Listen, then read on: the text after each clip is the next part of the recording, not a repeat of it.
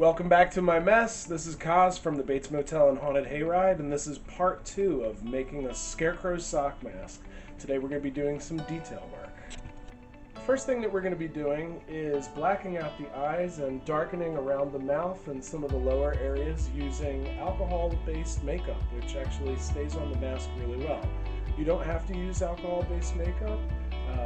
And you don't have to use an airbrush. You can use spray paint. You just have to be very careful, and you have to let the fumes dry fully before you put the mask on. Thin your alcohol makeup with 91 or no less than 91% alcohol.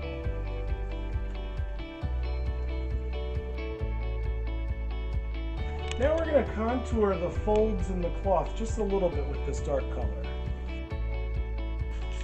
Okay, cool. Now you can see we've darkened the eyes out. We've darkened the eyes out. We've given a little bit more contouring and shadowing to the low parts of the mask and it just helps it pop more. It makes a little bit more of a graphic product, a little bit more of a visual interest in the product. I'm going to come back and darken the cheek just a little bit. Now we're going to take a red color. We're going to darken it with a little bit of black to make like a dark red, maybe a dried blood color. We'll go in around the mouth, around the cheekbone, and the rounded areas to give that a sort of gooey, rounded look. Alright, now I'm going to go in with white.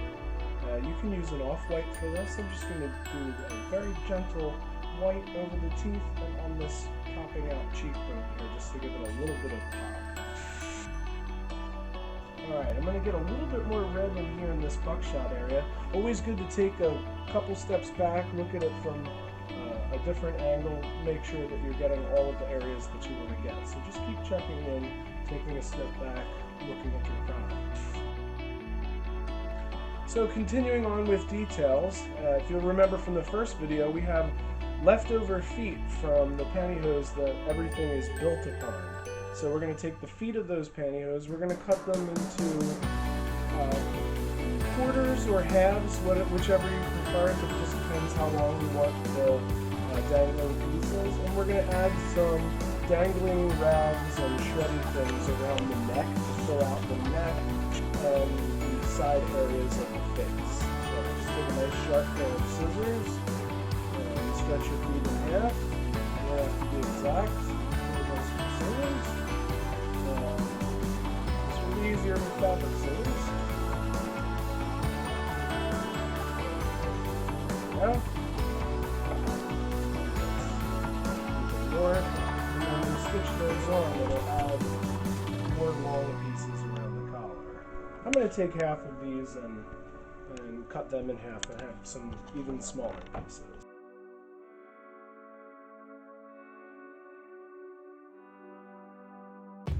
Snip any dangly loops so you don't get caught on anything.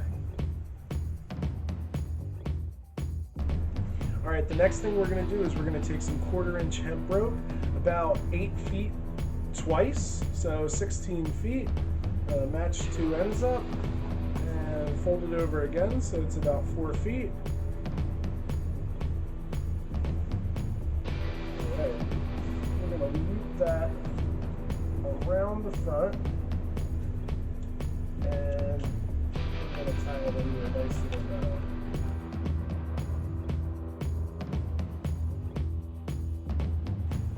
Okay, well, we have a continuous loop tied around the neck of the mask, and the last thing that you want is for anybody to get strangled or for the mask to not stretch wide enough when you're trying to put it on. So what we're going to do is, where this loop meets in the back, just cut that right open. Right in the center.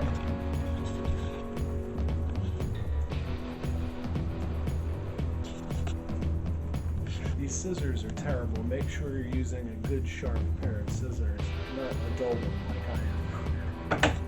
You also want to make sure that this has, like I said, plenty of give when that performer is putting the mask on. So we're going to stitch this, again, through the pantyhose, through the cotton hood, back further so that this can always stretch.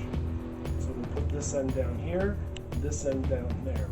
We don't ever want to leave a connected rope around anybody's neck, ever. Okay, I'm just noticing two things here. One, I can see a little bit of my green couch foam showing, so I'm going to pinch that together and stitch that together a little bit tighter so that doesn't peek out. And just to make sure that these two pieces don't separate, they're darted together in many places, I'm going to add just a few stitches there. Alright, now we're going to add some raffia. You can get this as at most craft stores. It's readily available, especially around the Halloween time of year, the harvest time of year in the fall. This is going to be our straw on the mask.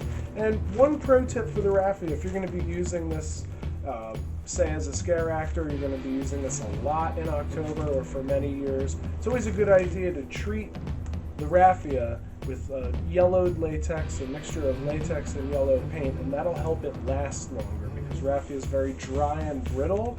It tends to deteriorate and fall off. So it depends how long you want to use the mask for. If you want to use it for many years, I would recommend brushing over every piece of raffia with a little bit of a mixture of latex and yellow paint.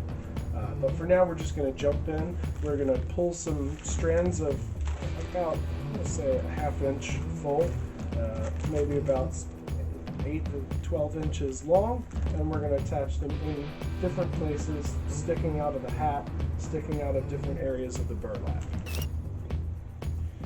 One nice idea is to go right in between a fold so that you know the raffia is in there securely. You can also add a little snip to the burlap and feed the raffia out again so that it's also sticking out somewhere else. So this will make the scarecrow look just a little bit more chaotic and hazardous. So I'm just going to pull that strand through. All right, we have a nice dangly bit there. We have some peeking out there.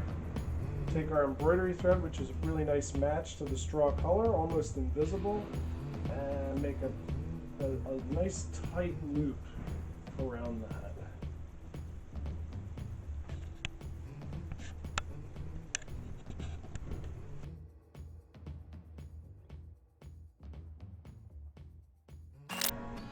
Alright, so I'm noticing that this area down here is looking a little lonely, a little empty. I'm going to take another piece and just, once you get that gathered up and twisted, just give it a few pulls to make sure that there's nothing that's eventually going to come out anyway.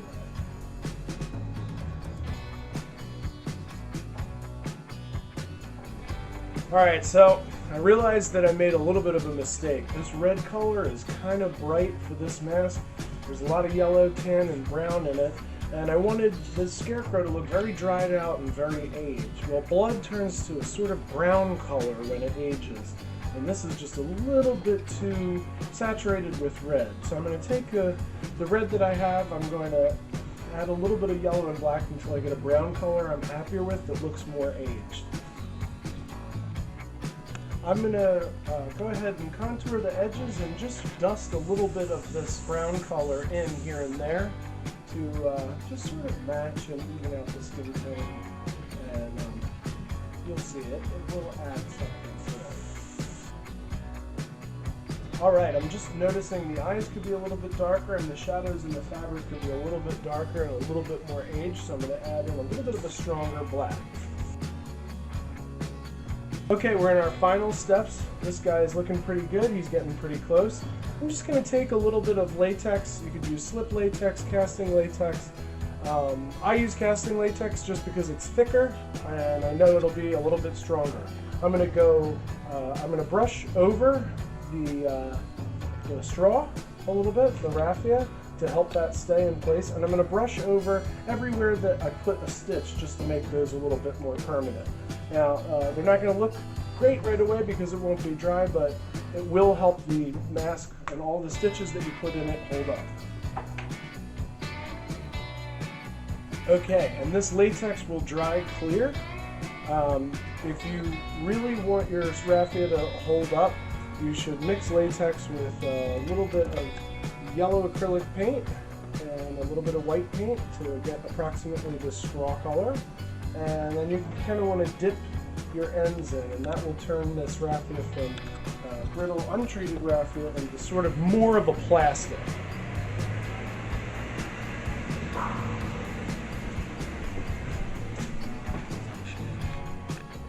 Okay, and for our final touch, we're just going to be adding a little bit of shine to the teeth to make them look drippy.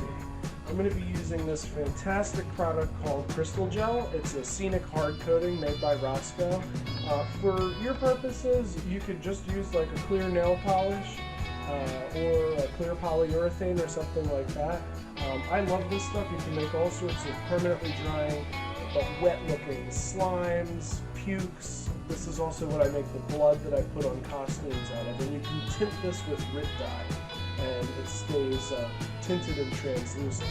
For this, we're not going to pigment at all. We're not going to use very much at all. And we're just going to sort of brush that on your teeth. It won't look great at first, because you'll see all of the texture, but when it dries, it will look nice and shiny with those teeth, a very realistic look.